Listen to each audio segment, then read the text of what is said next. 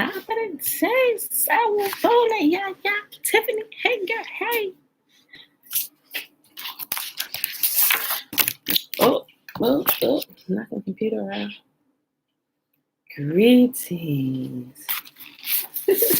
La la la la la la la la la. I was just listening to this song by L'Chaim. Black dude rapping.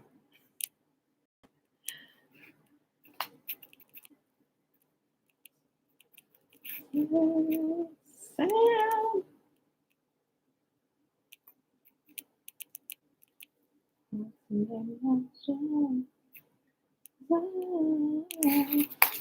Y'all, we're gonna be here tomorrow because it is the first Sabbath of this moon cycle. Belinda Brown, good day, family.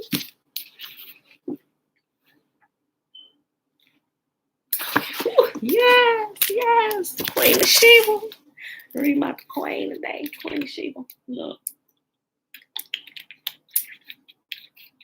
Y'all ever read about the Sabians? How it talks about as the light races of people, although our captors. Thank you, Belinda Brown. Look, it talks about it took me a couple years to figure it out till I actually started reading more on the Queen of Sheba, but I found out the Sabians come from Queen Sheba's people, like the Queen of Sheba. Yeah, so if you read through scripture and it talks about how the captors will be taken by the Sabians, that's Queen Sheba folk. Yeah. So just a little fun fact there for those of you that didn't know. You can actually Google it now because I Googled it not too long ago and it was there. And some child has gotten up throughout the night. I just realized that I had made some rolls last night with dinner, and it was quite a few left. Everybody was asleep when I went upstairs. Everybody, besides my husband. But I put them in his gallon Ziploc bag and set it on the counter. Now the pan is out of the Ziploc bag. Like I didn't even notice that walking into the kitchen until I just looked over there. But the pan is out of the Ziploc because it's a little aluminum pan. It's out of the Ziploc bag thrown over on the eye, and there's 2 rolls left in this pan. I don't know which child it was. It was probably Jeremiah. Girl, Solomon was mixing up with everybody, wasn't he? He had a whole harem of women. Right? Okay, y'all. So let's get to it. Today is Saturday. Read a little bit more. Reading about the Queen of Sheba and Solomon, the Prince of Demons. Oh, that's so good. Look. And there is another book. What is it called? I definitely know I shared it before, but it goes into a little more detail about King Solomon and how when he was building the temple, how he actually used the dark forces to help him in his building, right? So some of you may have heard that. If anybody know anything about Freemasons, they have a little bit more knowledge about that because they kind of look into some of those things. But nevertheless, it's all true, So you got pieces of our history split up everywhere, and some people take the portions that they have gotten from the history of our people and turn it into like a whole religion or a whole secret society or whatever. But nevertheless, it's true. They use it for whatever they want to use it for. They adjust some things, they retell some stories in a few different ways. But nevertheless, if you know the story, you know who's using pieces of the story in their part of the world. But nevertheless, all right, y'all. So let's go ahead. There's another book that goes into a little bit more detail. Matter of fact, let me make sure. Let me find it. I'll share it today.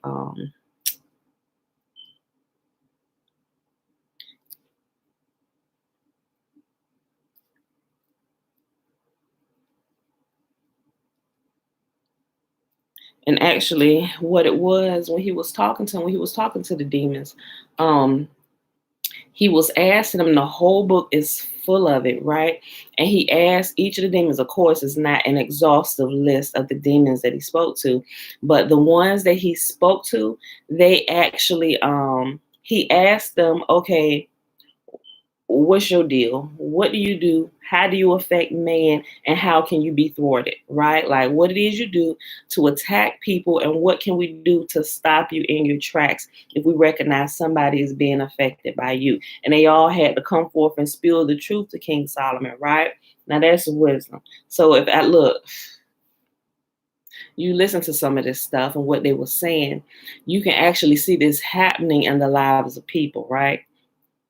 Think about that story. Um, no, it was like it wasn't really a story for real, but in the New Testament, it tells about that if a house is swept, it was given an analogy or analogy story, whatever. It was telling a story parable about uh demons who had taken up residence inside a person, right? And if the house goes, but it was using like a house, it said a house is full of demons, you go sweep the house clean of all the spirits. But if you don't fill it with good thing, I'm just kind of summing it up, giving you the gist of it. But if you don't go and fill that house with good things, the spirit that was kicked out of the house is gonna come back sooner or later. He gonna check to see, they didn't fill my spot. He can come and see that the house has been swept clean and nobody is there. He gonna go and get seven more spirits more wicked than him, and then is gonna come back and take up residence back in that same house or same person, and this person's latter end will be worse than the first, right? So now understanding that principle that's lying behind that thing, if you see somebody that's full of, let's just say, demon spirits, or they full of something otherworldly that you know not of. Now, if you know what you're doing, you can help set that person free. But I would not dare advise you go set that person free if you're not going to help that person fill themselves with life, right? And something to keep them free for when the spirit that you just cast out of this person, when they come back to check and see, can he come back home? He gonna see that, oh, it's taken up. Something else residing here that I don't want to hang with.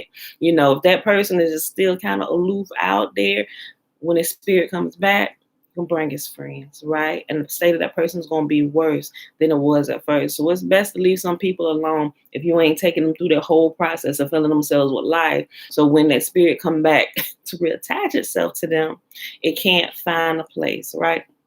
Look, so we read about King Solomon, and if you listen to that, it actually somebody read it's a really good reading, and it's only like 58 minutes and a few seconds long. Like you can like put it in your ear and go about your day, go running or walking up to work or something and listen to it. But it's really it'll keep your attention. All right, so I'll share that today. Again, I know I shared it at least twice. Y'all probably don't remember. You may not have been here when I shared it before, but I shared it again, saying that we will be getting into this today with King Solomon. So let's go ahead, y'all, and get started here with the Shema. It is Saturday, March the 20th, 2021, day 107 of year 3 of reading through the books of the law and the prophets. And of the 3-year consecutive day count is day 776. We are reading 1 Samuel chapter 4, 5, and 6. And we're picking up in the Legends of the Jews on page 426, subtitle, The Queen of Sheba. All right, so let's go ahead and get this Shema popping. All right. The Shema is found in Deuteronomy chapter 3. I do recommend that you read the entire chapter. We just kind of pulled out some of the meat of it, but read the whole chapter, right? Hear, therefore, O Israel, and observe to do it, that it may be well with you, and that you may increase mightily, as Yahuwah, the God of our fathers, has promised us in the land that flows with milk and honey. Hear, O Israel, Yahuwah, our God, he is one God. And you shall love Yahuwah your God with all your heart and with all your soul and with all your might. And these words which I command you this day shall be in your heart. And you shall teach them diligently unto your children, and shall talk of them when you sit in your house, and when you walk by the way, and when you lie down, and when you rise up. And you shall bind them for a sign upon your hand, and they shall be as frontlets between your eyes. And you shall write them upon the posts of your house and on your gates. And Yahuwah commanded us to do these statutes, to fear Yahuwah our God for our good always, that he might preserve us alive as it is at this day. And it shall be our righteousness if we observe to do all these commandments before Yahuwah our God as he has commanded us. All right, beautiful people.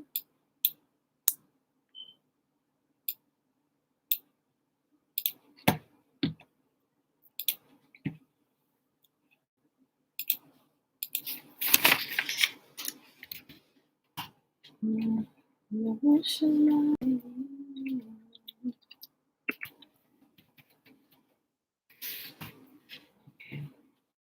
right, y'all. 1 Samuel chapter 4. Okay.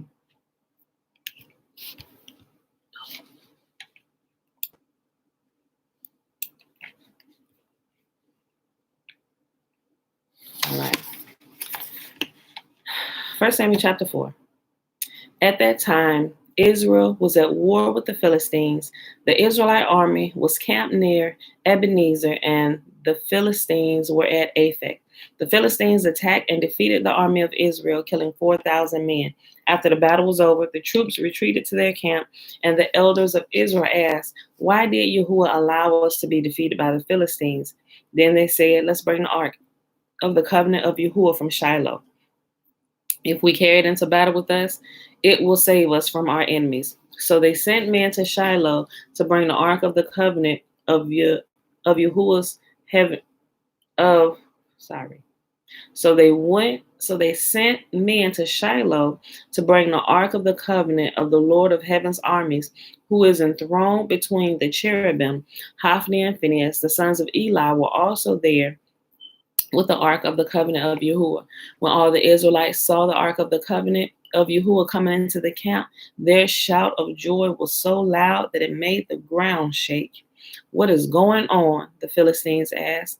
"What's all this shouting about in the Hebrew camp?" When they were told it was because the ark of Yahuwah had arrived, they panicked.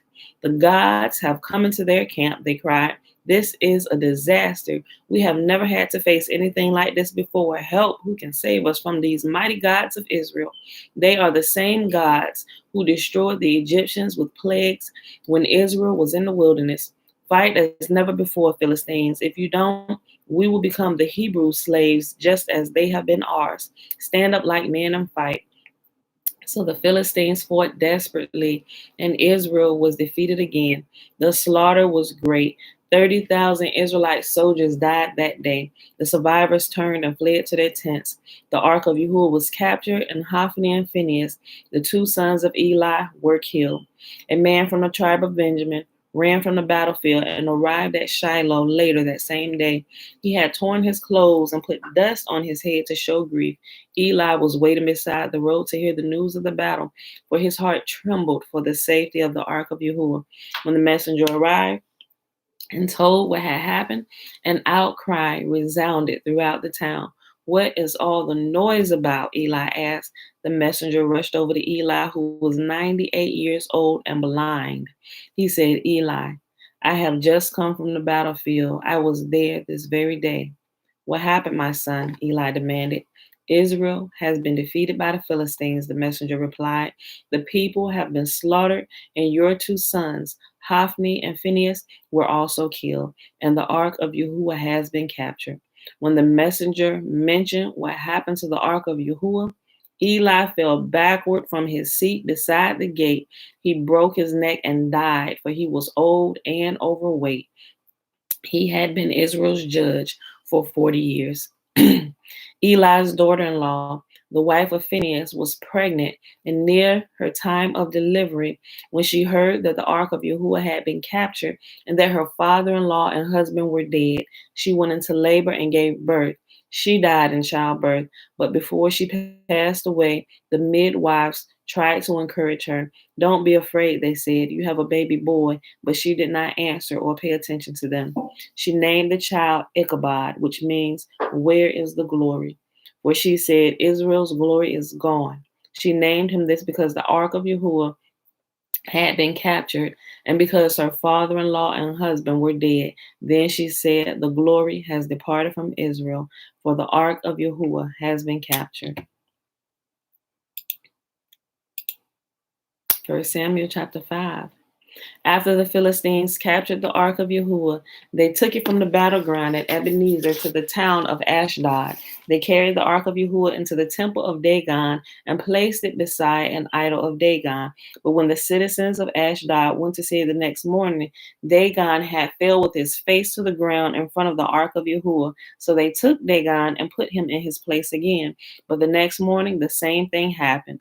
Dagon fell face down before the ark of Yahuwah again. This time, his head and hands were broken off and were lying in the doorway. Only the trunk of his body was left intact. This is why to this day neither priest of Dagon nor anyone who enters the temple of Dagon in Ashdod will step on its threshold. Then Yahuwah's heavy hand struck the people of Ashdod and in nearby villages with a plague of tumors. When they realized what was happening, they cried out, "We can't keep the ark of Yahuwah of Israel here any longer. He is against us. We will all be destroyed along with Dagon, our God." So they called together the rulers of the Philistine towns and asked, "What should we do with the ark of Yahuwah, the God of Israel?"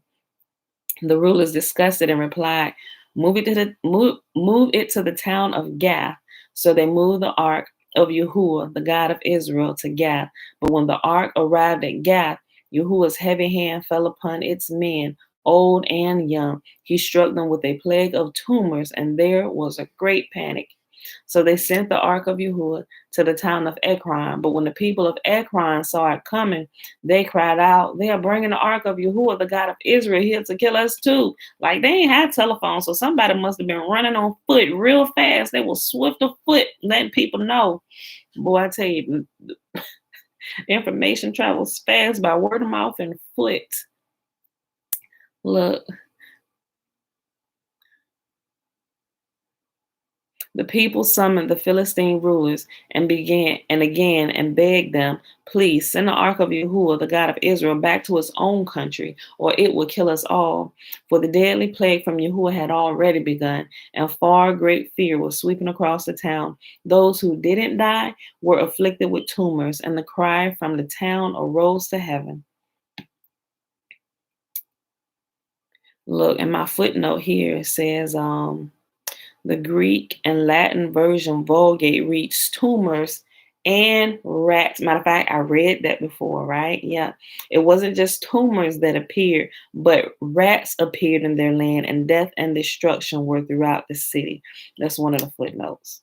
Okay. So if you read some of the older manuscripts, and I remember reading that somewhere in one of the manuscripts I was reading. So when these tumors, like in the Bible, the canonized Bible, they tell you something, they give you like the gist of the plagues that happened, but it's not giving you the full detail of all the plagues. Like when it's telling you about the plagues in Egypt, as we was reading through the legends of the Jews, we see that a lot of other things were also happening that they didn't mention. They just kind of gave the big 10 that were happening, but they didn't tell you about all these little sub chapters of plagues that was going on through all of this.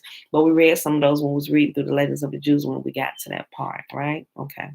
All right, y'all. So last chapter for the day here, 1 Samuel chapter 6. The ark of Yahuwah remained in Philistine territory 7 months in all. Then the Philistines called to their priests and diviners and asked them, "What should we do about the ark of Yahuwah? Tell us how to return it to its own country." "Send the ark of Yahuwah, the God of Israel, back with a gift," they were told. "Send a guilt offering so the plague will stop. Then if you are healed, you will know that it was his hand that caused the plague." "What sort of guilt offering should we read?" they asked. And they were told, "Since the plague has struck both you and your 5 rulers, make 5 gold tumors and 5 gold rats." See, like right up in here, it tells you about the rats. But see, the previous chapter, it just said tumors. But the footnote, it has, and they also had rats and death and destruction going throughout the land, right? But in the next chapter, it tells you about make 5 gold tumors and 5 gold rats, right? So if you read close enough and you pay attention to some of the footnotes, it'll allude to some of the things that were removed, things that were changed, you know. So a lot of people that's in the habit of fighting over words, and this is it, right? Calm down, people. You don't know everything, right? Don't be one of them people that think you know it all, to know it all. Don't nobody like talk to a know it all. Don't do it. Just don't do it. Don't look good on you. And they were told, since the plague has struck both you and your 5 rulers, make 5 gold tumors and 5 gold rats, just like those that have ravaged your land. Make these things to show honor to the God of Israel. Perhaps then he will stop afflicting you, your gods, and your land. Don't be stubborn and rebellious as Pharaoh and the Egyptians were. By the time Yahuwah was finished with them, they were eager to let Israel go. Now, build a new cart and find 2 cows that have just given birth to calves. Make sure the cows have never been yoked to a cart. Hitch the cows to the cart, but shut their calves away from them in a pen. Put the ark of Yahuwah on the cart, and beside it place a chest containing the gold rats and gold tumors you are sending as a guilt offering. And then let the cows go wherever they want. If they cross the border of our land and go to Beth Shemesh, we will know that it was Yahuwah who brought this great disaster upon us. If they do not, we will know it was not his hand that caused the plague. It simply came by chance. I'm about to say, is that our old truck? Not our old. I'm gonna hit this one up. All right. Okay. We got a whole lot of stuff out there. What you gonna use it for? I'm just gonna go look. I ain't gonna buy nothing. Oh. I'm just gonna go look. All right, Mr. Murphy. Okay. That's cool. And they were told, since the plague has struck both you and your 5 rulers. Hold on, I don't want back up too far. Let me go down. Okay. Then let the cows go wherever they want. If they cross the border of our land and go to Beth Shemesh, we will know that it was Yahuwah that brought this great disaster upon us. If they do not, we will know that it was not his hand that caused the plague. It simply came by chance. So these instructions were carried out. 2 cows were hitched to the cart, and their newborn calves were shut up in a pen. Then the ark of Yahuwah and the chest containing the gold rats and gold tumors were placed on the cart. And sure enough, without veering off in other directions, the cows went straight along the road toward Beth Shemesh, lowing as they went. The Philistine rulers followed them as far as the border of Beth Shemesh. The people of Beth Shemesh were harvesting wheat in the valley, and when they saw the ark, they were overjoyed. The cart came into the field of a man named Joshua and stopped beside a large rock. So the people broke up the wood of the cart for a fire and killed the cows and sacrificed them to Yahuwah as a burnt offering. Several men of the tribe of Levi lifted the ark of Yahuwah and the chest containing the gold rats and gold tumors from the cart and placed them on the large rock. Many sacrifices and burnt offerings were offered to Yahuwah on that day by the people of Beth Shemesh. The 5 Philistine rulers watched all of this and then returned to Ekron that same day. The 5 gold tumors sent by the Philistines as a guilt offering to Yahuwah were gifts from the rulers of Ashdod, Gaza, Ashkelon, Gath, and Ekron. The 5 gold rats represented the 5 Philistine towns and their surrounding villages, which were controlled by the 5 rulers. The large rock at Beth Shemesh, where they set the ark of Yahuwah, still stands in the field of Joshua as a witness to what happened there.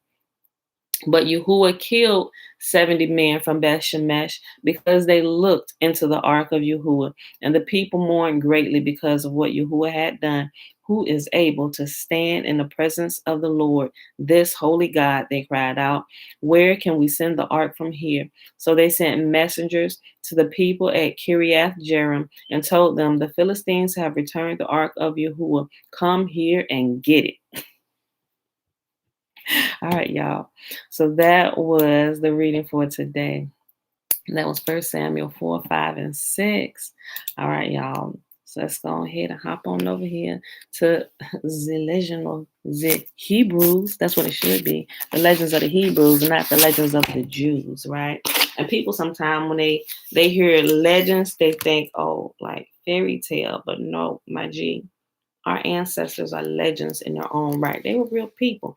Now, some of the stories that's passed along and some of the stories even retold in the Bible, some have been a little bit fabricated, but as you learn and grow, right, you learn and grow, you learn how to research and verify information, Even some of the canonized information, right? Some of it has been toyed with. Some people don't want to hear that, but when you grow a little bit more, you understand, right? Now, Yahuwah's word is infallible, but the book, it has some errors. I'm gonna just leave it at that, right? If you can learn how to deal with that, you can grow a little bit more, right? Okay. And so that's it. I ain't gonna say nothing else about that because I'll be talking about that for a little while. It might upset some people, but okay. The Queen of Sheba. All right, y'all. Page 427. If you was here yesterday, you know where we at. All right. The Queen of Sheba. Solomon, it must be remembered, bore rule not only over men, but also over the beasts of the field, the birds of the air, demons, spirits, and the specters of the night. He knew the language of all of them, and they understood his language. That's why, little Shayla, Nikki, good risings. Tiffany, want it though. Look, when Solomon was of good cheer, by reason of wine, he summoned the beasts of the field, the birds of the air, the creeping reptiles, the shades. The shades are like, y'all may not know. Okay, shades are like, okay. Let me see if I can explain this in a way that you understand it. You know how you have a reflection? Okay, so shades are kind of like reflections of people. Like, I gotta be careful the way I explain this to y'all. It's almost like demons, right? But people themselves can create. Oh, this might sound a little to some people that don't really quite understand. People can make like shades of themselves, right? But a lot of most the people who do that are actually tapping into, yeah, they're like, thank you, Tiffany, living shadows, right?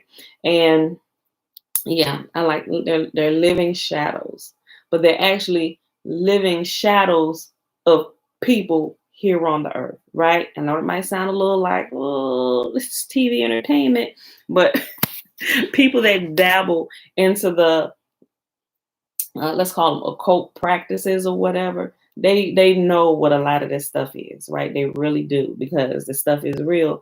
And a lot of time when you grow up in the church, the word you really only hear sometimes is demons, and they just kind of lump everything into that category.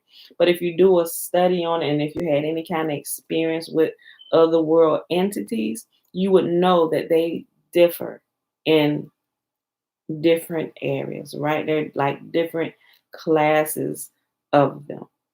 Okay, that I'll just leave it like that for the moment. Okay, all right. Let me go back up. Solomon, it must be remembered, bore rule not only over men, but also over the beasts of the field, the birds of the air, demons, spirits, and the specters of the night. He knew the language of all of them, and they understood his language. When Solomon was of good cheer, by reason of wine, he summoned the beasts of the field, the birds of the air, the creeping reptiles, the shades, the specters, and the ghosts to perform their dances before the kings, his neighbors, whom he invited to witness his power and greatness. The king's scribes called the animals and the spirits by name, one by one, and they all assembled of their own accord, without fetters or bonds, with no human hand to guide them. On one occasion, the hoopoe was missed from among all the birds. He could not be found anywhere. The king, full of wrath, ordered him to be produced and chastised for his tardiness. The hoopoe appeared and said, O Lord, King of the world, incline thine ear and hearken to my words. 3 months have gone by since I began to take counsel with myself and resolve upon a course of action. I have eaten no food and drunk no water in order to fly about in the whole world and see whether there is a domain anywhere which is not subject to my lord the king. And I found a city, the city of Kitor in the east. Dust is more valuable than gold there, and silver is like the mud in the streets. Its trees are from the beginning of all time, and they suck up water that flows from the Garden of Eden. The city is crowded with men. On their heads they wear garlands wreathed in paradise. They know not how to fight, nor how to shoot with bow and arrow. Their ruler is a woman. She is called the Queen of Sheba. If now it please thee, O Lord and King, I shall gird my loins like a hero and journey to the city of Ketor and the land of Sheba. Its kings I will fetter with chains, and its rulers with iron bands, and bring them all before my Lord the King. The Hupo's speech pleased the king. The clerks of his land were summoned, and they wrote a letter and bound it to the Hupo's wings. The bird rose skyward, uttered his cry, and flew away, followed by all the other birds. And they came to Ketor in the land of Sheba. It was morning, and the queen had gone forth to pay worship to the sun. Suddenly the birds darkened his light. The queen raised her hand and rent her garment, and she was sore astonished. Then the hoopoe alighted near her. Seeing that a letter was tied to his wing, she loosed it and read it. And what was written in the letter? From me, King Solomon, peace be with thee, peace with the nobles of thy realm. Know that Yahuwah has appointed me king over the beasts of the field, the birds of the air, the demons, the spirits, and the specters. All the kings of the east and the west come to bring me greetings. If thou wilt come and salute me, I shall show thee great honor, more than to any of the kings that attend me. But if thou wilt not pay homage to me, I shall send out kings, legions, and riders against thee. Thou askest, who are these kings, legions, and riders of King Solomon? The beasts of the field are my kings, the birds my riders, the demons, spirit, and the shades of the night my legions. The demons will throttle you in your beds at night, while the beasts will slay you in the field, and the birds will consume your flesh. Imagine, right? Imagine this type of power coming back to Yahuwah's people. Like our people trying to defend themselves in the streets with guns. Matter of fact, and if you do that, a lot of times it always end up bad for our people and we get put in jail. But if we have nature take care of this, our hands are free. I mean, technically, we would be controlling it and we would be the direct cause of it. But as to the human eyes, our hands would be free, right? I'm just saying. But I'm not saying that for y'all to learn how to go do some of this stuff and start doing devious stuff in the streets. Don't do that, right? Just don't. Be upright and holy in all that you do. Look, I learned about some. Look, bruh. Is Jonathan here today? Look on YouTube. Look, I've watched a couple of videos of some of our people who are in Africa who have had some truth passed down to them from our ancestors, and some of the things that have happened that's widely known by people who are still in the regions, right? Listen. So they said when not everybody was captured, right? There were a few who had gotten away when the land was invaded, right? Look, I'm gonna just drop a little bit of something on you. There were some supernatural things that were happening, right? There were some of our people who were so in tune with the Most Holy, who they themselves were also in tune with nature, that they also could control the animals. Look, you can go and pull up videos on YouTube.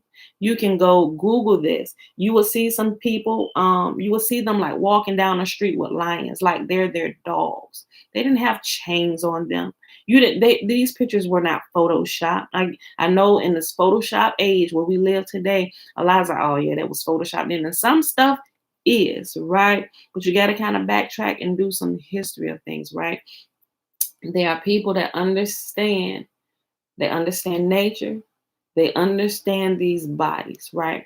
They understand the process of dematerializing the body and rematerializing the body. Like I know this may sound to some people like, oh, a bunch of hocus pocus, but I'm telling you, it's not. If you understand nature and you science, right? But you understand the laws of nature.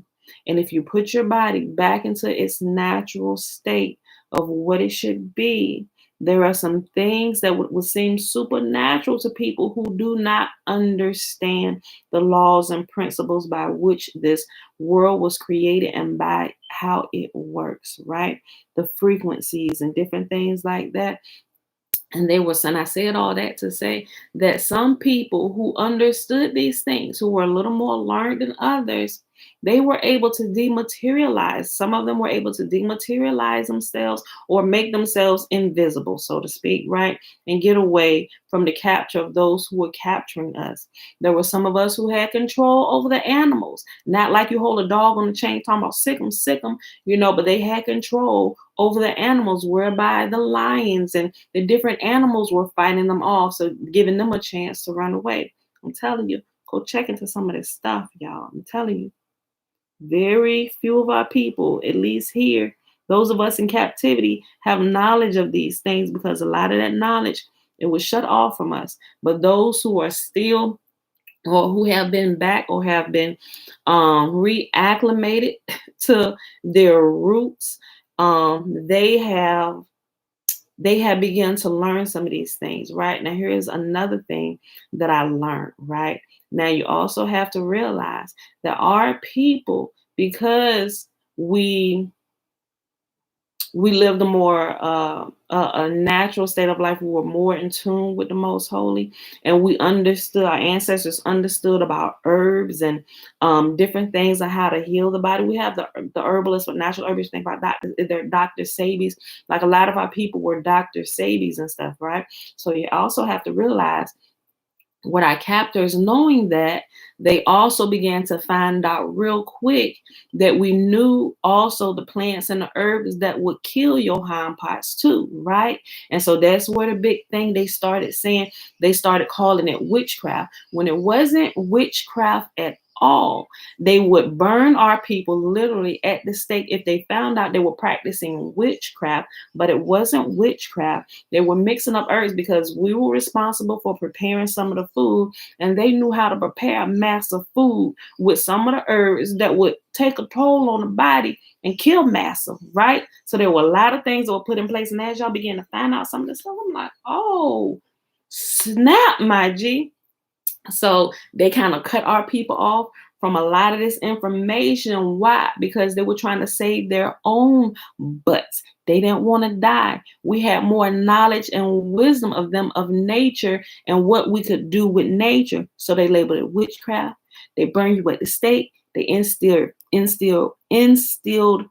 fear in our people till we were so far removed from our knowledge and what we understood that none of our, I ain't gonna say none of our people, because our people are returning to the natural state of life and learning about the herbs and all these things, because they didn't want to die. They wanted complete control over all of us, and they ain't want us sneaking up on them in the night or just up in their face. Here you go, master. There you got and cooked a good meal for you, master. You need anything else? We said, go ahead. I get you some more, master. You want some more?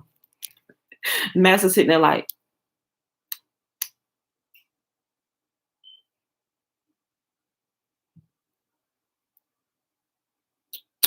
it's good.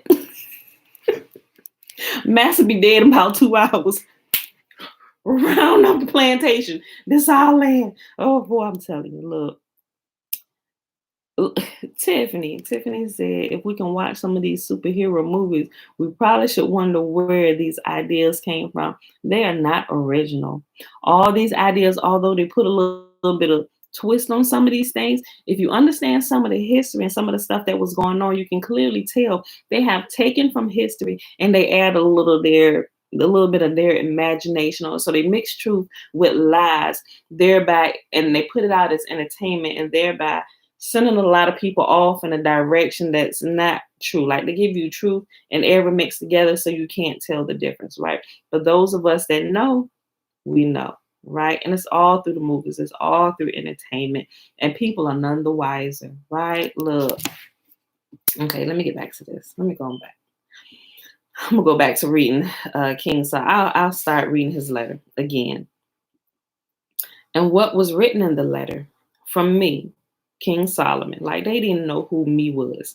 From me, King Solomon, peace be with thee, peace with the nobles of thy realm. Know that Yahuwah has appointed me king over the beasts of the field, the birds of the air, the demons, the spirits, and the specters. All the kings of the east and the west come to bring me greetings. If thou wilt come and salute me, I shall show thee great honor, more than to any of the kings that attend me. But if thou wilt not pay homage to me, I will send out my kings, legions, and riders against thee. Thou askest, who are these kings, legions, and riders of King Solomon? The beasts of the field are my kings, the birds are my riders, the demons, spirit, and the shades of the night my legions. The demons will throttle you in your beds at night, while the beasts will slay you in the field. The birds will consume your flesh. When the queen of Sheba had read the contents of the letter, she again rent her garment, and she sent word to her elders and her princes. Know you not what Solomon has written to me? They answered, we know nothing of King Solomon and his dominion we regard as naught. But their words did not reassure the queen. She assembled all the ships of the sea and loaded them with the finest kinds of wool and with pearls and precious stones.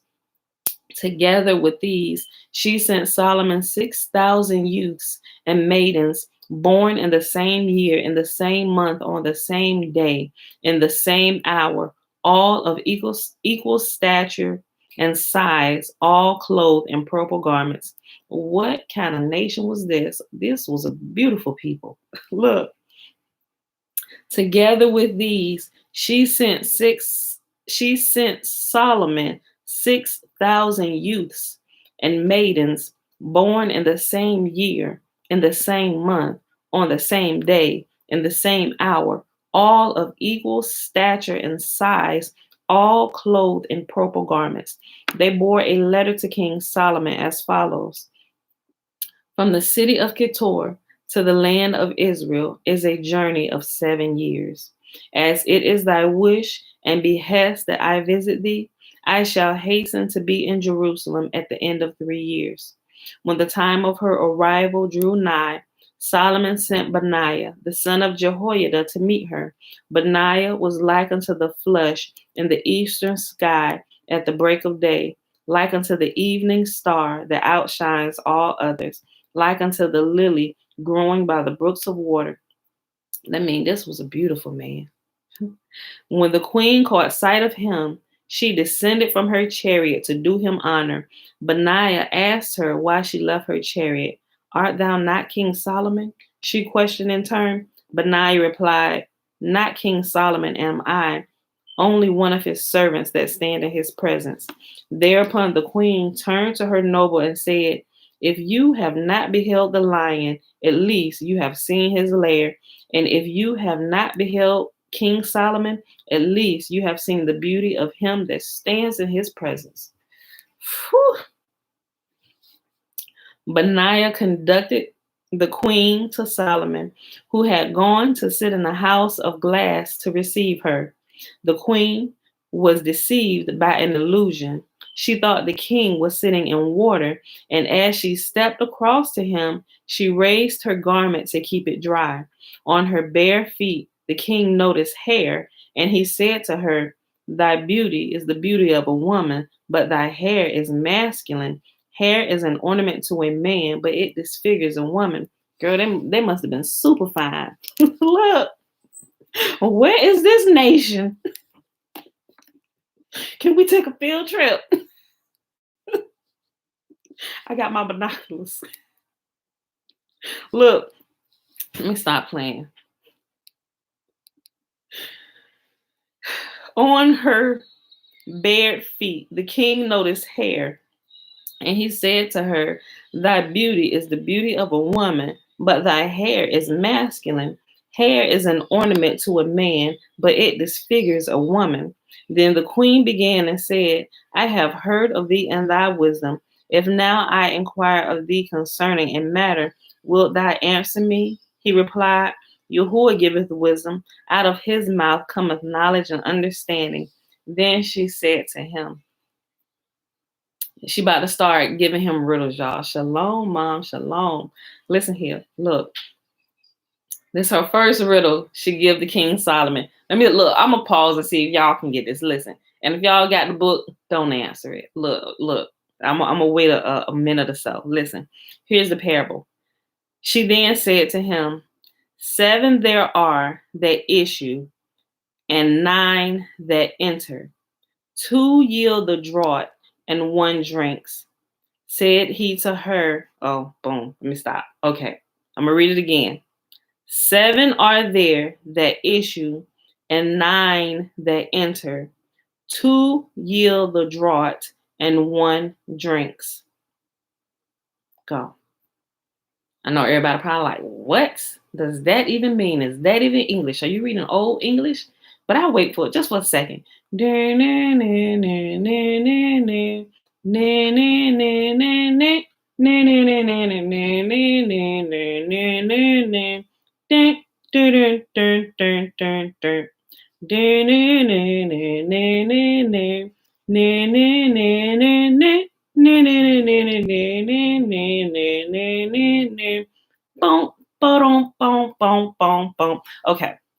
I'm only gonna do that one time and I'm gonna keep reading. Okay, Tiffany said waterways. Nope. Listen, I'm gonna read it again. I'm gonna keep going. Listen to this, y'all. 7 there are that issue, ISSUE, like issue forth from a place. Okay. 7 there are that issue, and 9 that enter. 2 yield the draught, and 1 drinks. Said he to her, 7 are the days of a woman's defilement. 7 days for your cycle, ladies. Listen. 7 there are that issue. King Solomon said, there's 7 days a woman on her cycle, her period. She on her period. She on her period, right? Look. Said he to her, 7 are the days of a woman's defilement, and 9 months of pregnancy. 9 that enter, 7 that issue, 9 that enter. The 7 is a woman's period. She's on for 7 days, give or take. You know, some women's a little different. You changing, whatever. 9 that enter. And 9 the months of pregnancy. And it says 2 years the draught. 2 yields the draught. 2 are the breasts that yield the draught, right? And 1 drinks. And the 1 trial drinks it. So this parable, Queen Solomon gave, the Queen of Sheba gave to King Solomon was about a woman. King Solomon was very well versed in women, if she had not known. Yeah, he had a whole harem full of women, right? So he got that. That was probably nothing for him. I read it again. I keep going to all these other ones. She got a whole bunch of them. We got like 22. Okay, so I'm gonna read this again. I'm gonna keep going. 7 there are that issue, and 9 that enter. 2 yield the draught, and 1 drinks. Said he to her, 7 are the days of a woman's defilement, and 9 the months of pregnancy. 2 are the breasts that yield the draught or milk, and the 1 is the child that drinks it. Whereupon she said to him, thou art wise. King Solomon was like, no, I got a lot of hoes. Let me stop. Okay, let me keep going. All right. Number 2. This is her second one. Then she questioned him further. A woman said to her son, thy father is my father, and thy grandfather my husband. Thou art my son, and I am thy sister. We can tell this was given, like if you heard people, they give this riddle. They said, and when I read this, I thought about this. It's kind of like a spin off of this. They said, okay, a father and his son was in an accident, and they rushed the boy to the hospital. Then the surgeon comes in and says, I cannot operate on him, for he is my son. Right? That's the thing that when I first read it, so I was like, oh, so they got little things that they make up, but they do a spin off of wisdom and things from ancient manuscripts. I'm like, clearly that was taken from this. And the answer to the riddle, well, the surgeon, but wasn't it his dad that brought him in there? Because the way society has moved us to think, or trained us to think, nobody would have ever thought that the surgeon was a woman. The surgeon was his mother. She said, I cannot operate on him because he's my son. But it was kind of like a trick way that they worded it. They said a father took his son and they went driving. They got into a really bad accident. He was rushed to the hospital. He got into the operating room. The surgeon came in and says, I cannot operate on him because he's my son. Right now, duh. Okay, if we had not been trained to think that men run the world. Now, I ain't saying nothing about men. Y'all get what I'm saying for the sake of the example, right? Nobody would have ever thought that, oh, is it possible that the surgeon is a woman, that the surgeon is his mother? And that's what it was. And that stumped a lot of people for a very long time. And they said the surgeon was his mother, right? Okay. All right, let me go ahead. Then she questioned him further. A woman said to her son, thy father is my father, and thy grandfather my husband.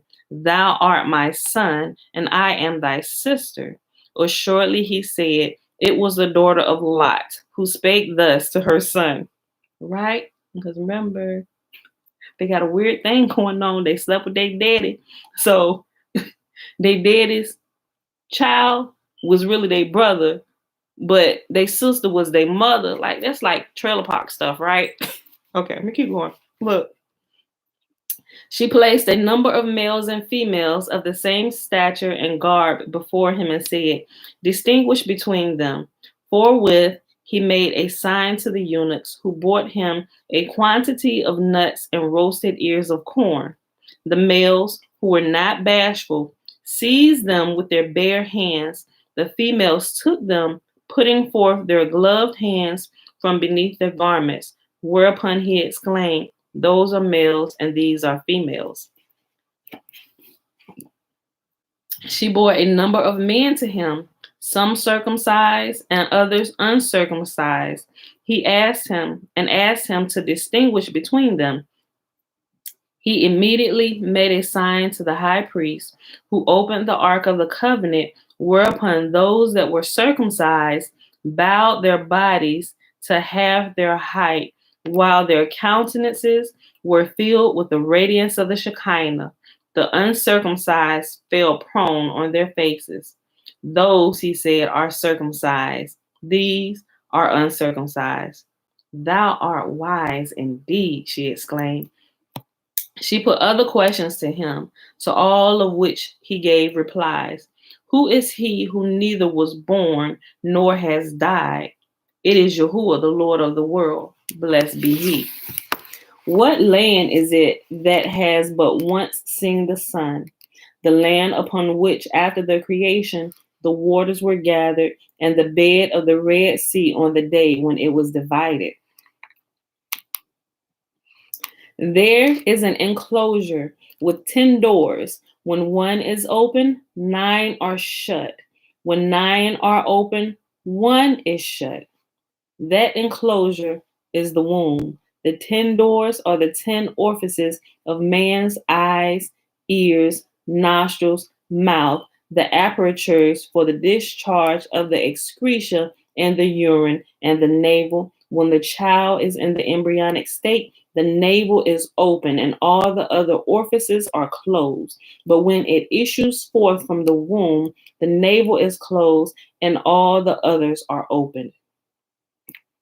Just pass out right now. Go ahead. I'm going ahead and douse you with water, get you back up. Let's go. Let's keep going. There is something which living moves not, yet when its head it is cut off, it moves. It's the ships in the sea.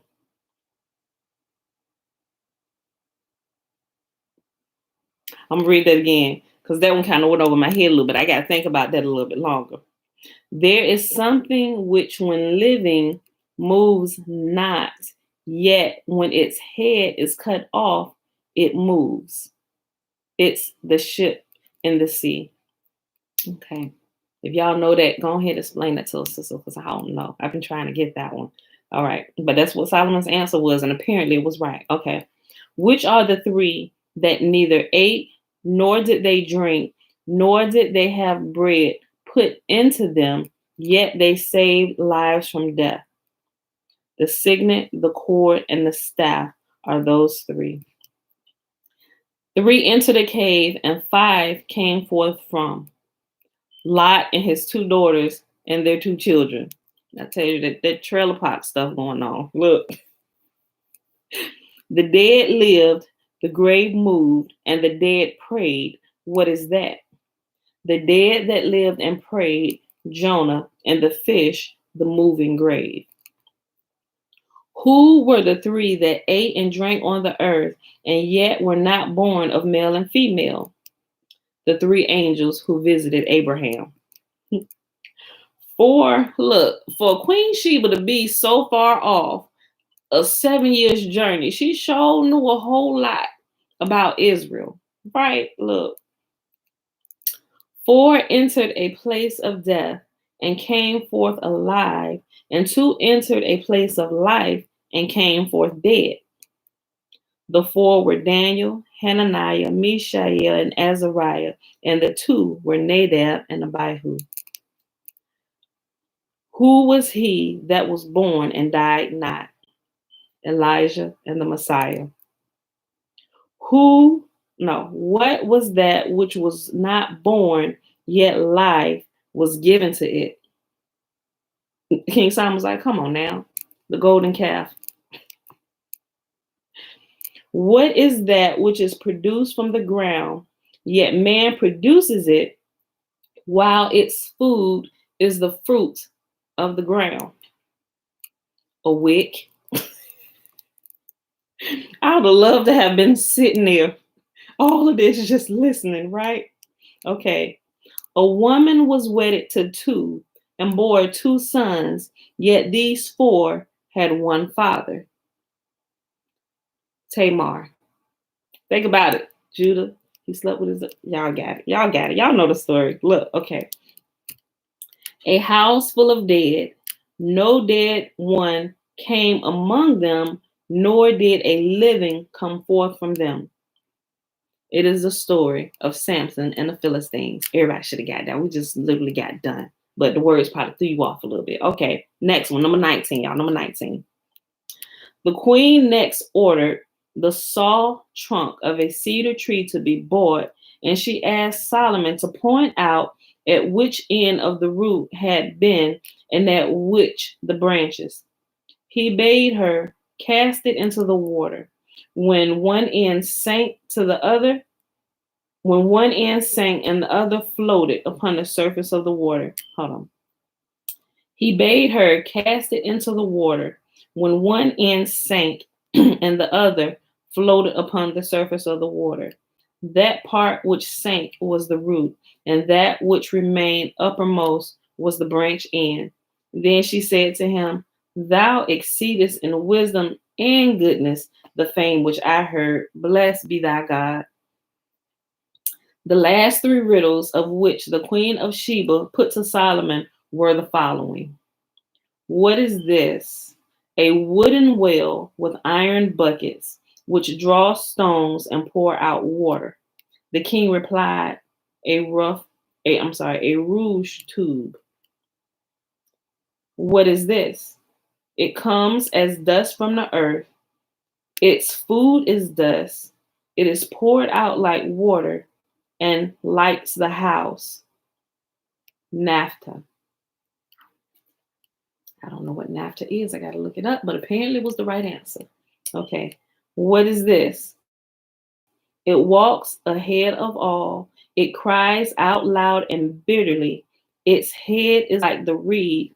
It is the glory of noble, the disgrace of the poor. It is the glory of the noble, the disgrace of the poor.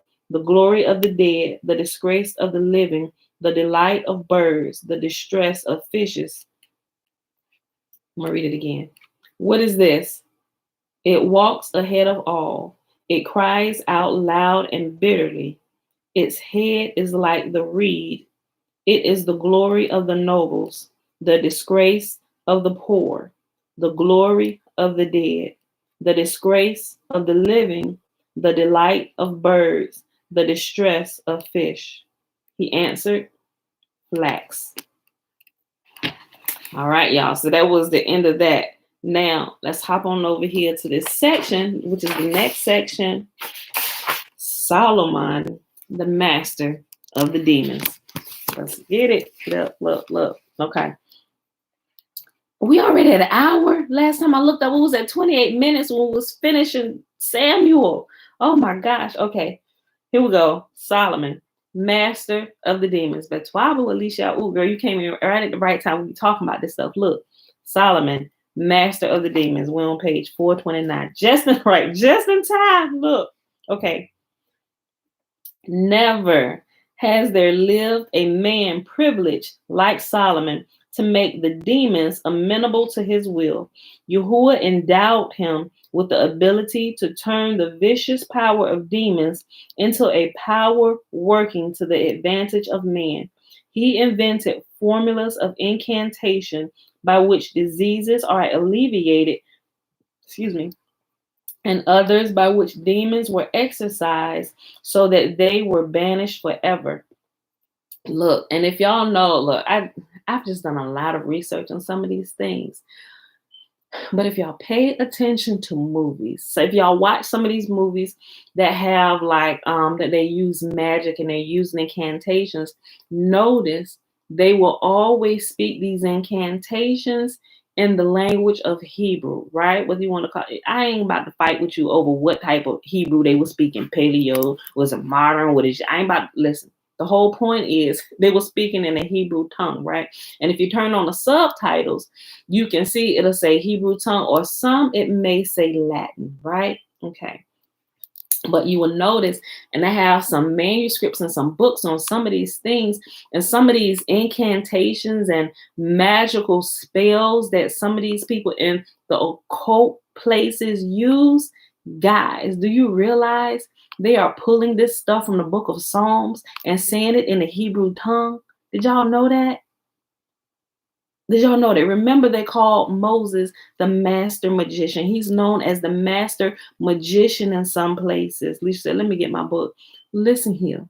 I'm telling y'all, some of this stuff that people doing that they tell y'all, ooh, now mind you, they are taking some of this stuff and trying to cast spells on people to do them harm or to get their stuff. Look, the whole reason why Yahuwah allowed this stuff to be, right? Well, first of all, there was a purpose in all of these things being made, and it was not to harm people, right? The righteous don't use those things to harm people. Y'all watch Doctor Strange, one of my favorite Marvel movies, right?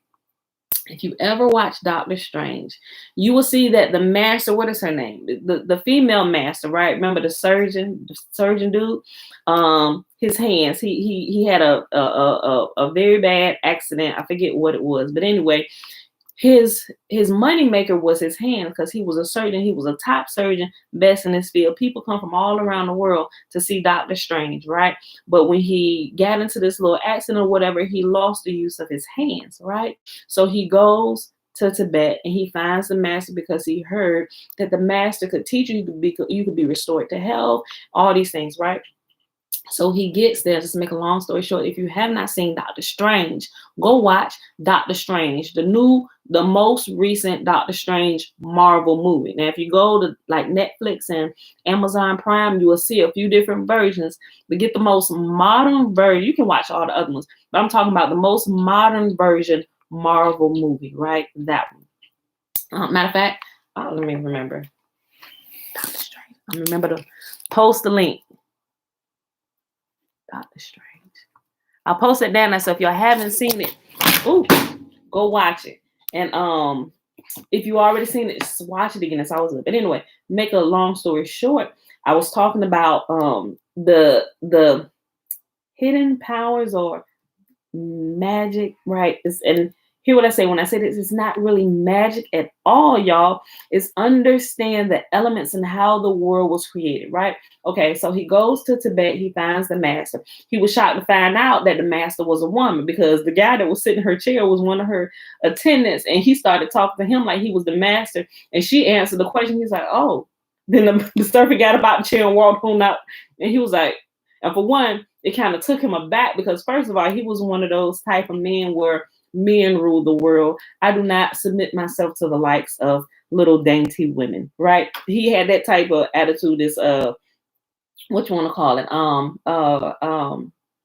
What you call men like that?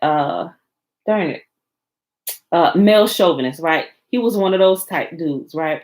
Okay, so first of all, he had to get over this whole thing that she was a woman who had all this wisdom, and surely this is a joke being played on me. He was like, okay, whatever. Look, listen, I came here to figure out this. Can you help me, right? And so she just dropped a little wisdom on him. He's like, wait, what are you talking about? The little chakra pamphlets that they sell in the hospital gift store. He said, big joke. I ain't come here for this. And so she said, and so she just gave him a little bit of taste of what it would be like to bring himself in line and align with nature and with God, right? And she just touched him on his head like this, and just for a second conveyed some of that energy to open him up so he could get a little taste of even his own inner world. And it takes you through this whole like, and he like see the universe and all these things. And she took her hand off him. He like, and she did it again, and it was a little bit deeper of experience. And by this time, he was on the floor, on his knees, and he was like, teach me. And she said, no, and walked away. And they took him and they threw him out the house because he wouldn't believe that you don't believe nothing. Your way of thinking, how you've been raised in the Western world, there have been constant lies, and you think you are, and you think you know more than what you truly know. You know nothing about this world in which you were born into, right? I'm like, whoa, you better say it. I love this movie. All right, okay. So I'm gonna get to the point. Look, so what happened was that you will find out through there, and it's towards the beginning part, right? So there were some students who came to sit under the master as they learn about this world and where we truly live and how the body operates, right? And so as they begin to learn about the elements of the earth and how to kind of bend the elements, they decided they knew all they needed to know, and they was going to go out here and start their own little, we're going to be the world's saviors, right?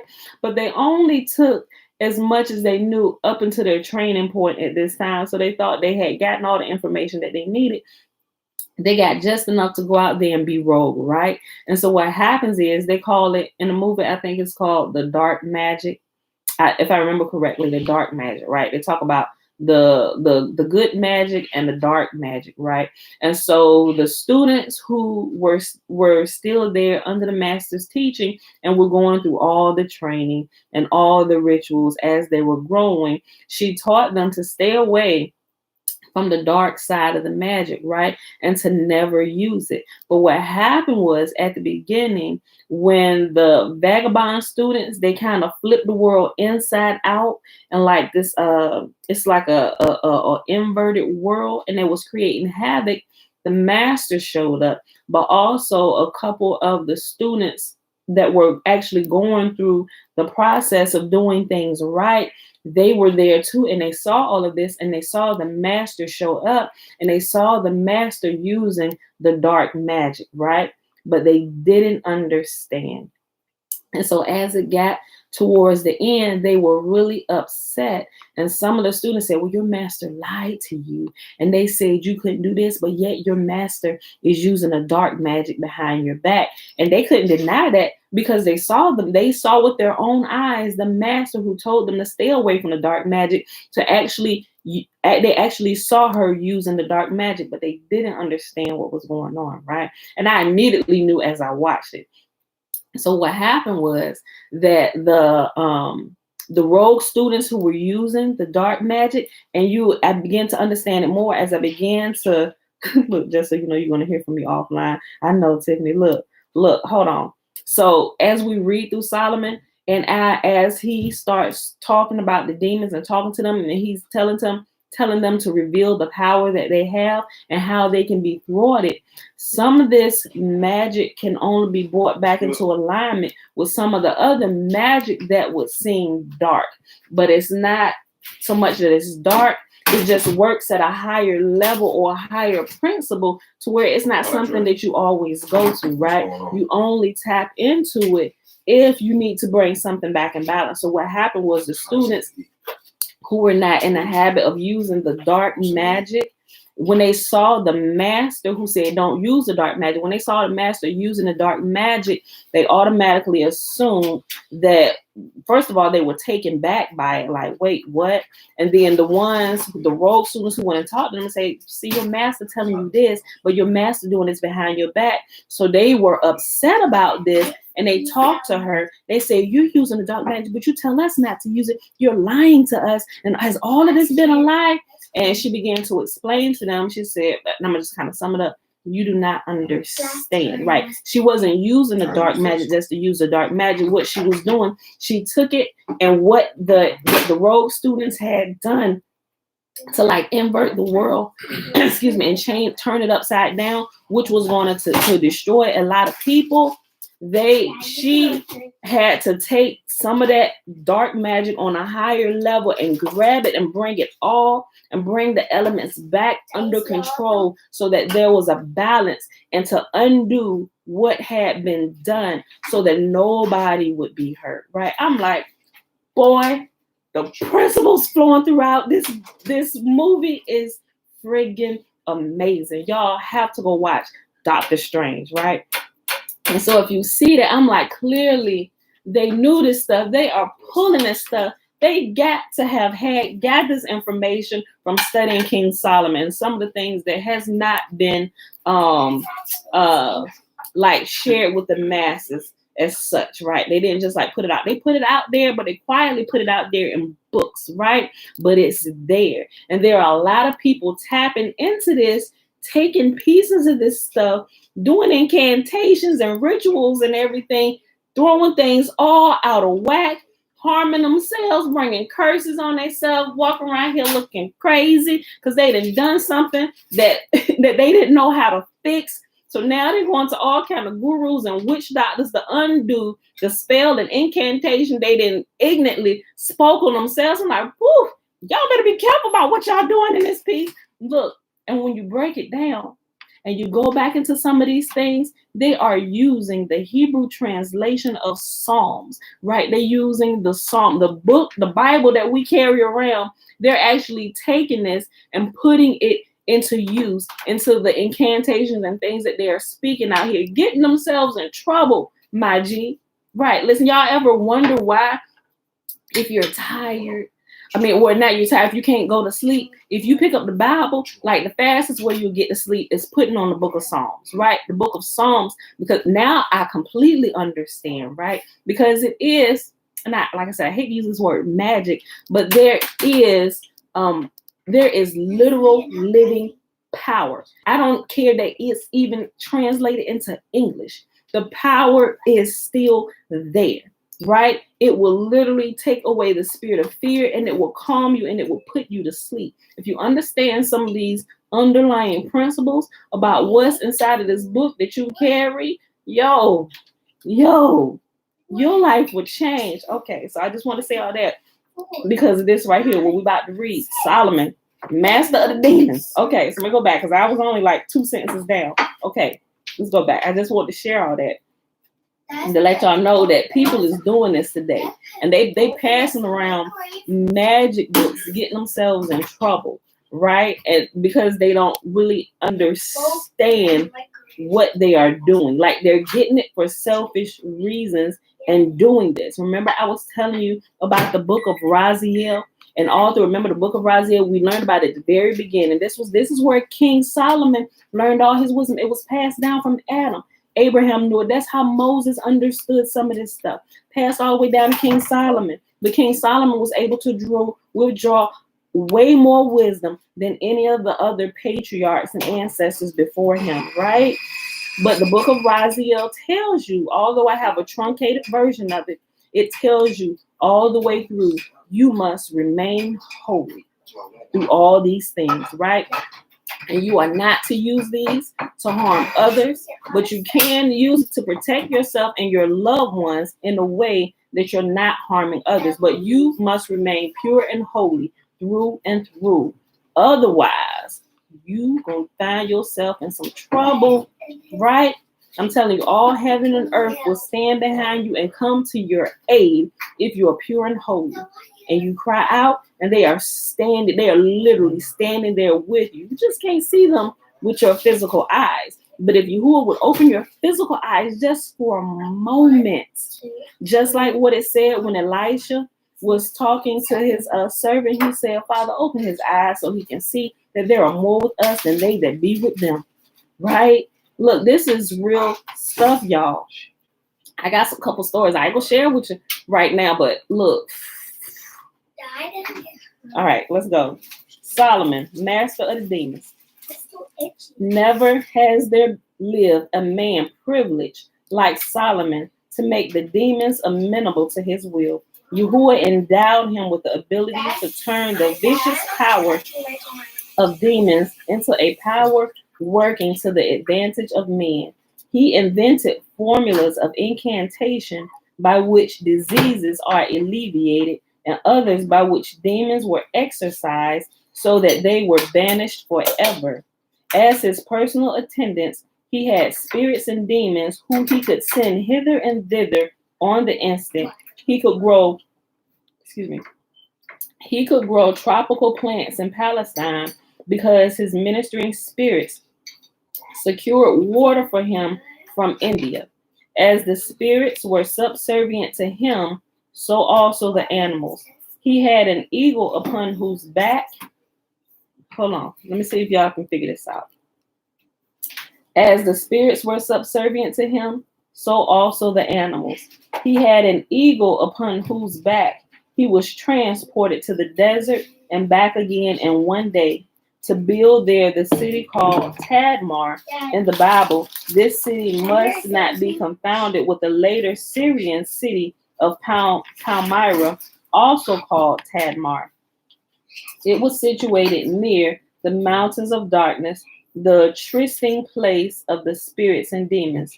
Thither the eagle would carry Solomon in the twinkling of an eye, and Solomon would drop a paper inscribed with a verse among the spirits to ward off evil from himself.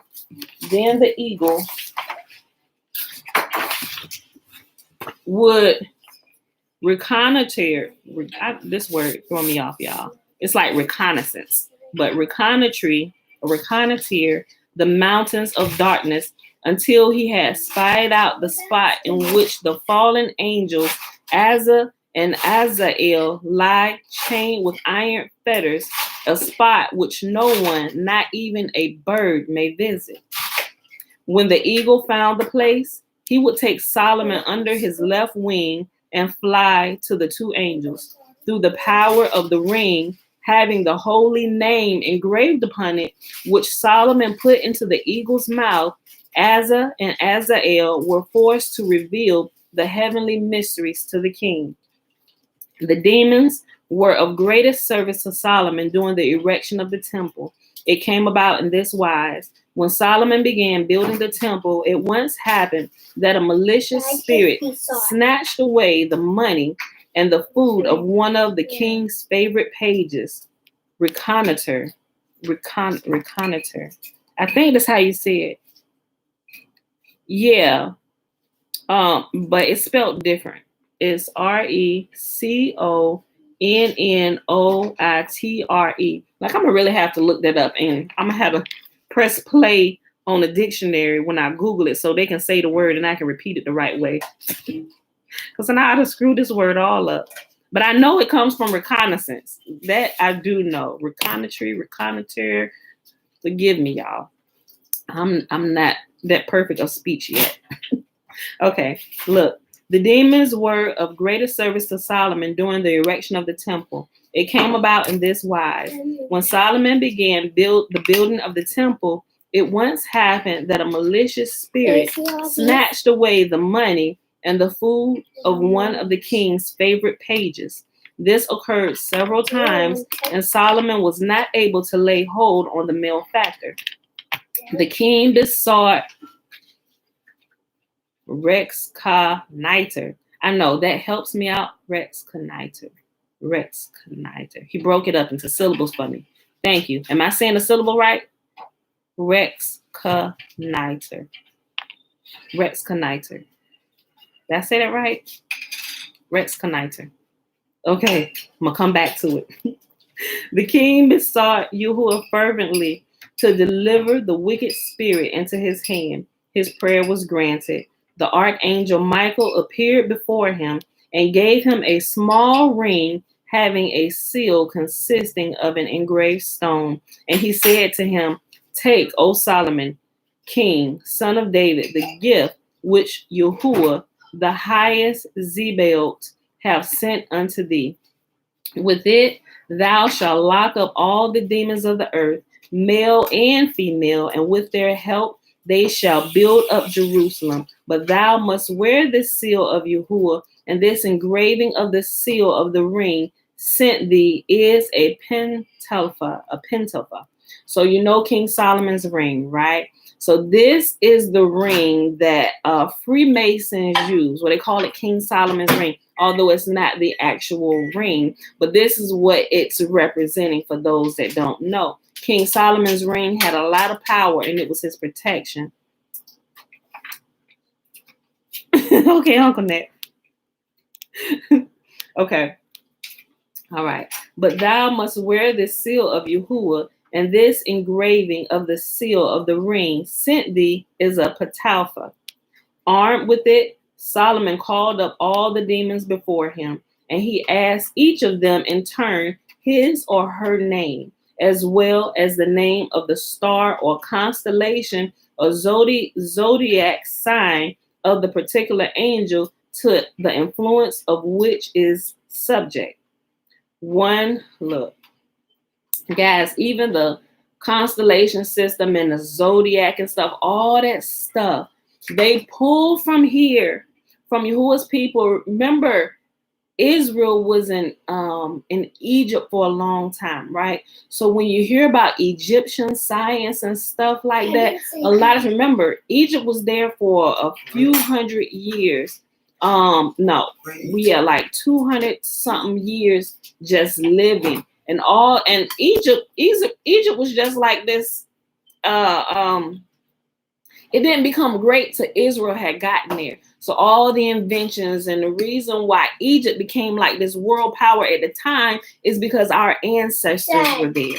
Israel was there. All these great ideas and all these things was built, and it come from Israel. So a lot of time when people talking about Egyptian science and stuff, a lot of times it's not Egyptian science, something that's other from us. And you see like some of the pharaohs and all that. Oh my goodness, hold on. I wish I had my book down here. I had like a whole epiphany come to me the other day when me and my son was standing down here in the kitchen. My second oldest son, Jeremiah. So y'all know the book BlackRoots Science, right? If you actually purchase it from Amazon, there's a cover of it seemed like an Egyptian head of Pharaoh, right? And Jeremiah has dreads, and so when he wear his head wrap or he covers his head, there's a bump here, and he brings it down, and his thing it comes down like this. And when he stood there, I caught a glimpse of him and the book at the same time. Like he came down to the kitchen while my book was sitting right here, and I looked. He stood right. He was talking to me, and I just happened to look down. I'm like, oh shoot! I'm like, oh, thank you, babe. Look, this right here, right? Look, y'all see my head wrap? You see how it comes down over my shoulder, the two red pieces? Look at this. Jeremiah's do-rag that he had on had his head dreads up in a bump like this, and it came down just like this. I said, my G, you look just like this Pharaoh right here. You know, I was like, look at this. Like, I would like it just dawned on me. I'm like, wait a minute. That's right. Don't do that, Tootie. Israel was in Egypt. So all this Egyptian science and stuff that they're learning, granted, Egypt had some magic of their, stop, Bella, some magic of their own that they were using. But a lot of the greatness that came to Egypt came from our people, from our ancestors, right? So when you see these pictures, a lot of times it's a depiction of Israel who was there. And they kind of took on some of the things that we did as Israel, right? Look at that. Look at this. My hair not bumped up like that, but my son's with his dreads, you can see it looks just like this. I darn near passed out in the floor. I'm like, okay. All right. So, but let's go back to this real quick. All right. Take, O Solomon, king, son of David, the gift of which Yahuwah, the Lord God, the highest Zebaoth, which have sent unto thee. With it thou shalt lock up all the demons of the earth, male and female, and with their help thou shalt build up Jerusalem. But thou must wear the seal of Yahuwah, and this engraving of the seal of the ring sent thee is a patalpha.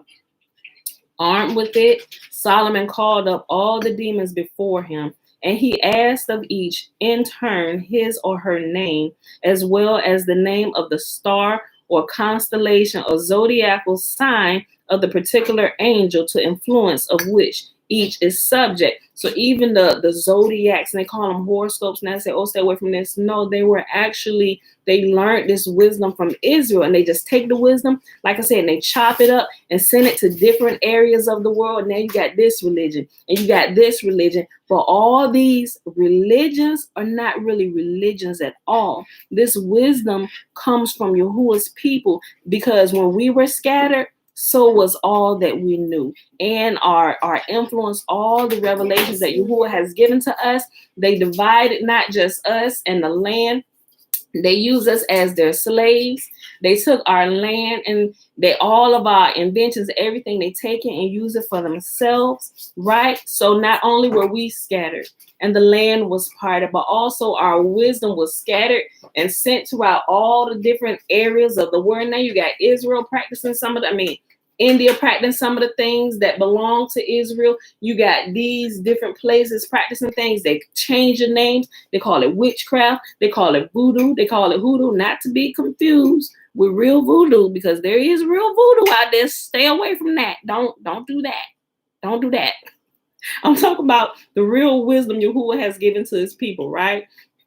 All right. So all these things, even like the zodiac and all these things come from our wisdom. And King Solomon, a lot of this stuff he had, whereby he understood the clock in the sky. They call it the zodiac signs. And think about how some of these psychics or some of these people who can do palm readings and read the stars, they kind of understand that some of them may understand, but they can read you. They can tell you about your life by just getting the time and date that you were born, the month that you were born, because if they understand the clock in the sky, they understand when we are born in certain generations at certain times, it will align us with certain things. And you can literally tell the destiny of a person if you understand the clock in the sky and at what time they were dropped down here into this earth. My G, don't play with me.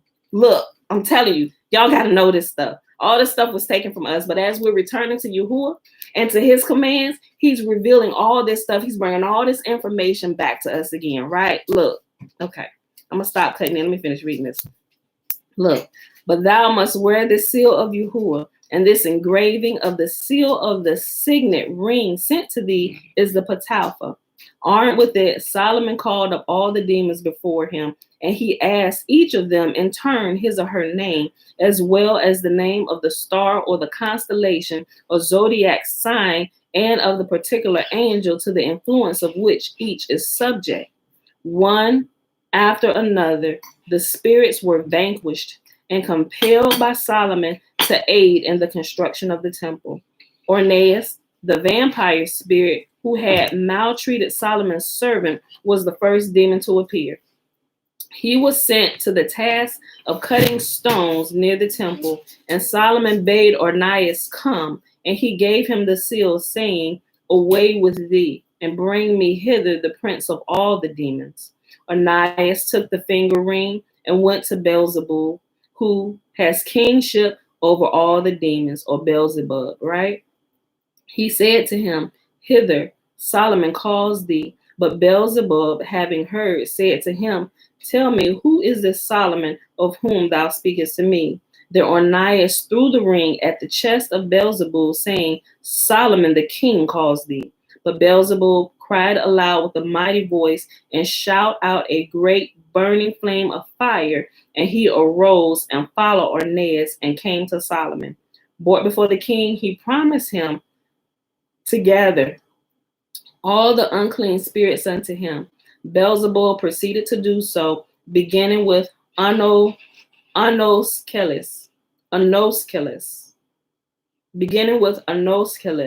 that had a very pretty shape and the skin of a fair-hued woman. He was followed by Asmodeus, both giving an account of themselves.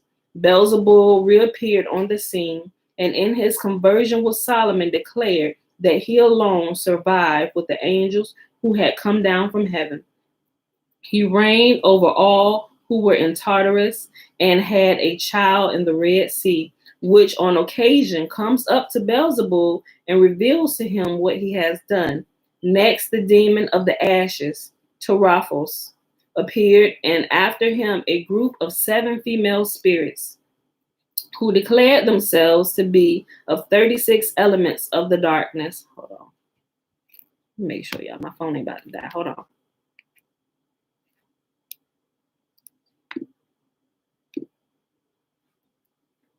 I'm sorry. Okay, I got 34%.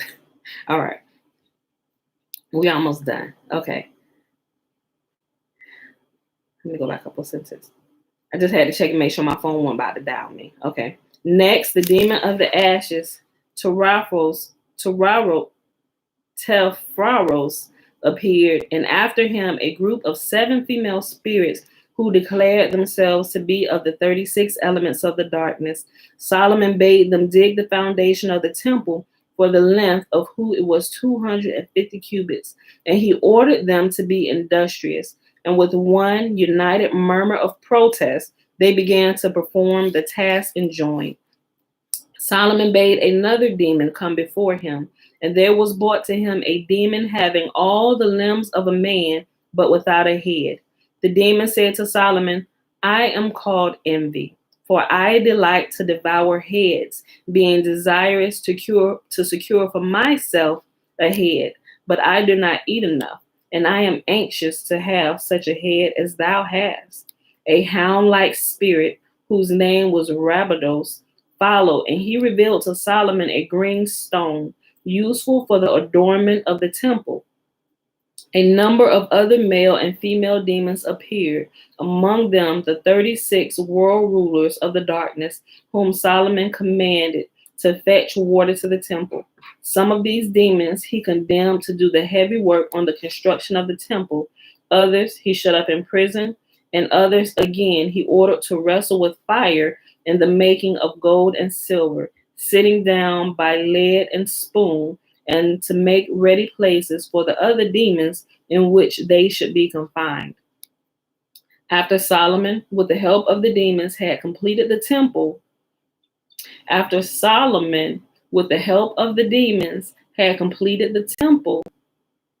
the rulers, among them the Queen of Sheba, who was a sorceress, came far and near to admire the magnificence and art of the building, and no less the wisdom of its builder. One day, an old man appeared before Solomon to complain of his son, whom he accused of having been so impious as to raise his hand against his father and give him a blow. The young man denied the charge, but his father insisted that his life be held forfeit. Suddenly, Solomon heard loud laughter. It was the demon Ornias, who was guilty of the disrespectful behavior.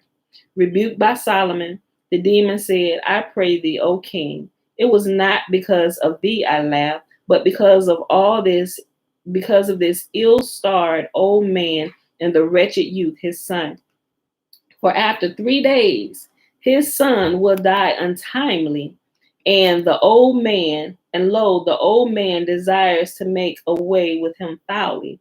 Solomon delayed his verdict for several days, and when after 5 days he summoned the old father to his presence, it appeared that Onias had spoken the truth. After some time, Solomon revealed a letter from Artaxerxes, the king of Arabia.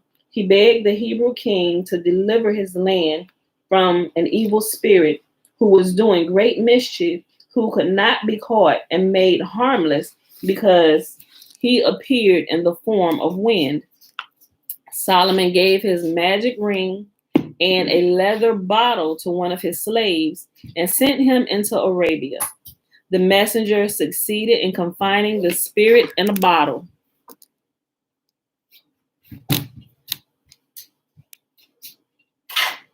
Anybody can figure that part out?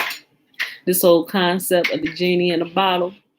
Aladdin, think about it. The magic lamp. Look, I'm telling y'all, all this stuff they put out here, they don't make up none of it. They pull it from ancient manuscripts, my G. Look. The messenger succeeded in confining the spirit in a bottle. A few days later, when Solomon entered the temple, he was not a little astonished to see the bottle walk towards him. Dad gave you this? Okay. A few days later, when Solomon entered the temple, he was not a little astonished to see a bottle walk toward him and bow down reverently before him. It was the bottle in which the spirit was shut up. This same spirit once did Solomon a great service. Assisted by demons, he raised a gigantic stone out of the Red Sea. Neither human beings nor demons could move it, but he carried it to the temple where it was used as a cornerstone. Through his own fault, Solomon forfeited the power to perform miraculous deeds when the divine spirit had conferred upon him. He fell in love with the Jebusite woman, Sunmanites. The priests of Molech and Raphan, the false gods she worshipped, advised her to reject his suite unless he paid homage to these gods. At first, Solomon was firm, but when the woman bade him to take 5 locusts and crush them in his hand in the name of Molech, he obeyed her. At once, he was bereft of the divine spirit, of his strength and his wisdom, and he sank so low that to please his beloved, he built temples to Baal and Rephan. They tell us about the wisdom of King Solomon and all that he did, but they don't tell us about, well, they tell us that some of the things that he began to offer sacrifices to the women he loved and guys, right? You would say, don't do that. Do not marry these outside women that are not of us, because they would turn your heart away from me, right? And that's what happened. It said at first, King Solomon stood strong, but the more beauty and the more wiles the women are using against you and everything, it's like, oh, I just got to crush some locusts in my hand. That's all I got to do. She said, yeah, but do it in the name of Molech too. King Solomon was like, what could this hurt? I got booty to get, right? He crushed the locust in his hand in the name of Molech, and it said at once he was bereft of all his wisdom, his good sense, and his divine spirit that rested on him, that was given to him from the Most Holy at once. I'll read it again. Through his own fault, Solomon forfeited the power to perform miraculous deeds which the divine spirit had conferred upon him. He fell in love with the Jebusite woman Sunmanites, the priests of Molech and Raphan, the false gods she worshipped, advised her to reject his suite unless he paid homage to these gods. At first, Solomon was firm, But when the woman bade him take 5 locusts and crush them in his hand in the name of Molech, he obeyed her. At once he was bereft of the divine spirit, of his strength and his wisdom, and he sank so low that to please his beloved, he built temples to Baal and Rephaim. And we are going to pause right here today and lost it all. He risked it all and lost it all, y'all. So when we're reading Ecclesiastes, know this: Ecclesiastes was written after. Now, mind you, he came back to his senses a great while later. But we about to read how deep King Solomon sank to where nobody recognized this great king, and he was treated like a slave.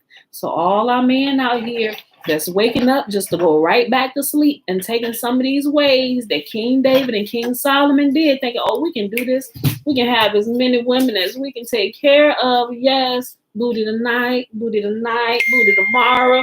Listen, they remove all this other stuff. Y'all about to find yourself in the same trap that they found themselves, bereft of all your wisdom and strength and power. My G, don't do it. Get the full story, right? And some of them, they out here real cocky about it too. I'm like, yeah, go ahead. Keep on if you want to. I got a little bit more of this story than apparently you have at this moment. And it would behoove you to read some of this and see what this led them to. You don't want to go there. You don't want to go there. So when we read through this, you're going to understand every single word that King Solomon said when he wrote the book of Ecclesiastes. He said he found it is no better than to serve y'all, eat, drink, and be happy, right? Look, so, okay, I ain't gonna tell you no more. We about to get into it. Y'all can read ahead if you want to, but if you want to wait and be in suspense with us, because we ain't gonna be here tomorrow. It's gonna be a whole day in waiting, y'all. So we won't be back here until Monday, because tomorrow is a Sabbath, and we rest, my G. All right, so with that being said, we done for today. We'll pick up here Monday at 7:15, right? Look, that's so good. Okay, I'll fix that. All right, y'all. So we read today 1 Samuel chapter 4, 5, and 6. And we started in the Legends of the Jews on page 427, and we paused on page 431. This is just going to get better and better, y'all. So we're going to pick this up, like I said, Sunday. Remember, I'm going to post a book with some of the details with King Solomon talking to the demons. It's an audio on YouTube. But you can also, I'm going to see if I can find a PDF version too, if you would much rather read it. But if you're kind of busy and you just want to let it play in your ear so you can listen, I promise you, no exaggeration, I've listened to it at least 7 times, right? That's no exaggeration. Probably give or take a little more, but 7 for sure, I know, right? Because it's only like 58 minutes. So I'll just play it over and over. And like the first time when I got it, I think I listened to it like 3 times back to back. I'm just like, and I hadn't even heard about the Legends of the Jews, right? These ancient manuscripts that was kind of put together with all the like information that most of the different nations had that had in common, that this was common knowledge to them. I'm just like, boy, what? So, but yeah, y'all, it's good. So if y'all want to read ahead or listen ahead, you can. I'll do that. Remember, watch Doctor Strange or rewatch Doctor Strange, and you will understand a couple principles that I was talking about here, y'all. Okay, so it is Saturday, March the 20th, 2021, day 107 of year 3 of reading through the books of the law and the prophets, and of the 3-year consecutive day count, day 776. Remember, that is without the Sabbath days added into the count, nor is that the feast day Sabbath days added into the count where we rest, right? All right. So let's go ahead over here and do this here blessing, which is found in Numbers chapter 6, verses 22 through 27. Remember, the first 21 verses is the Nazarite vow, and a man or woman can take that vow. All right, and Yahuwah spake unto Moses, saying, speak unto Aaron and unto his sons, saying, on this wise ye shall bless the children of Israel, saying unto them, May Yahuwah bless us and keep us. May Yahuwah make his face to shine upon us and be gracious unto us. May Yahuwah lift up his countenance upon us and give us his peace. And they shall put my name upon the children of Israel, and I will bless them. All right, beautiful people. Remember, I would really recommend that you guys, if you don't want to read it or order it, look, they have recorded this whole book, and every day I've been posting it in here in the comment, not the comment section, but in the description box. Yes, baby girl. Facebook. And Sai called me idiot. He did? Tell him I'm going to get his butt. Go tell Dad. Sai, tell him. Okay, well, I'm going to get him in a second. Hold on. Tell him I'm coming up there to talk to him. As soon as I'm done with this video, tell him he should not be calling names and tell him apologize to you. You are not an idiot. Okay? Okay. All right. So get that book. I posted the link out for all the PDF. You can purchase it from Amazon, or you can listen to it, the playlist on YouTube. And they just started recording volume 2. So all of volume 1 is there. I've listened to just about all of volume 1. And I think I've read just about all through volume 2 already. Like if I can get stuff into me a lot faster by listening to it and get familiar with it, I'll listen to it while I'm going throughout my day doing stuff. Right? Sometimes I may not be focused on it because I got to focus on one thing, but I still got a plan. So I catch little snippets and I go back and listen to it over and over again until I got all the pieces to what I need. But you'll even find out and hear some of the things that we read about in the legends of the Jews when they give you the ancient history of our people. You will find out how much of the story has truly been truncated. Y'all, it's been toyed with a lot, right? But as you get more pieces of the information, you're better able to weed out the leaven from the loaf, right? Because some things you can actually practice to verify for yourself. If you can't find evidence, I know we go looking, researching for proof and stuff. Some proof you are just not going to find, but the proof that you can't find, you definitely can test, right? And see if it's truly true. Those who really want to know. Some people just want to talk all day long. I ain't for all that talking. I'm really not. Although I talk a lot, but if it's something I need to find out, does this work? Is this true? Like, can we do this? Can we really do this? I don't want to sit and I don't want to debate and go through long discussions about it. What can we test? Give me something tangible that I can test now, because you can sit and there is no end of words, and I can't with the non-ending of the words, y'all. I just truly can't. I need to test it. I need to be able to weed out really quickly what is good and what is bad. So although I will talk and discuss some stuff, I truly will for a deeper understanding. But now that I understand, let's prove this. Let's test it. What's good? What's not? If I can't come to a conclusive end at this point, I'll set it aside for the moment. But I'm just not going to sit and I can't. It's draining. I have to be able, if we can't test it now, we may be able to test it later, but we'll put it to the side while I gather more information to see. But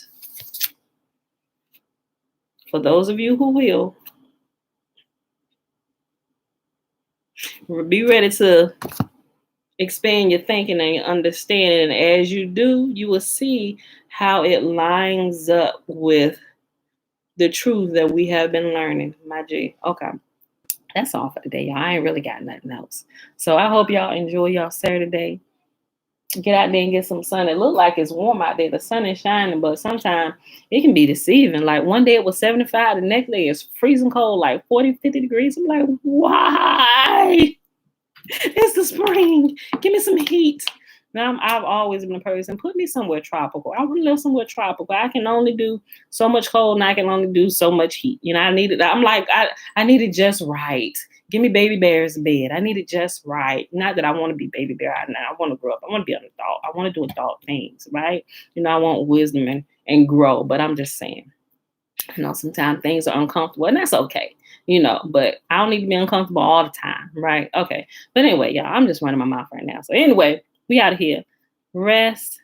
I'll see y'all back here Monday morning, 7:15 a.m. Eastern Standard Time. All right, y'all. We out of here. Bye, y'all.